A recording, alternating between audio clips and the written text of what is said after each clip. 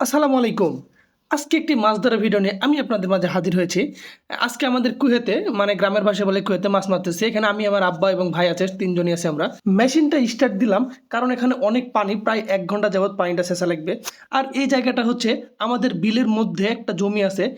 এখানে মানে বিলের সম্পূর্ণ পানি প্রায় এই জায়গার উপরে জমা হয়। যার কারণে এখানে তেমন একটা ফসল হয় না।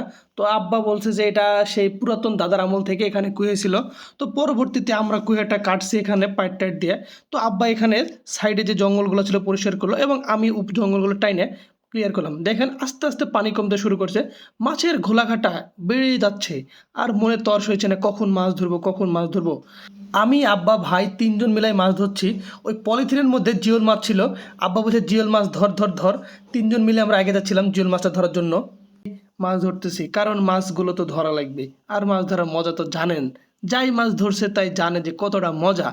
বাদ দিয়েছিলাম ওপাশে পানি এপাশে পানি আলাদা আলাদাভাবে ধরবো, তাই আমরা যতটুকু আশা করেছিলাম যে মাছ পাবো কিন্তু পর্যাপ্ত পরিমাণ মাছ পাইনি, কারণ সবাই ধানের জমিতে বিষ দেওয়ার কারণে আমাদের মাছগুলো মরে যায়।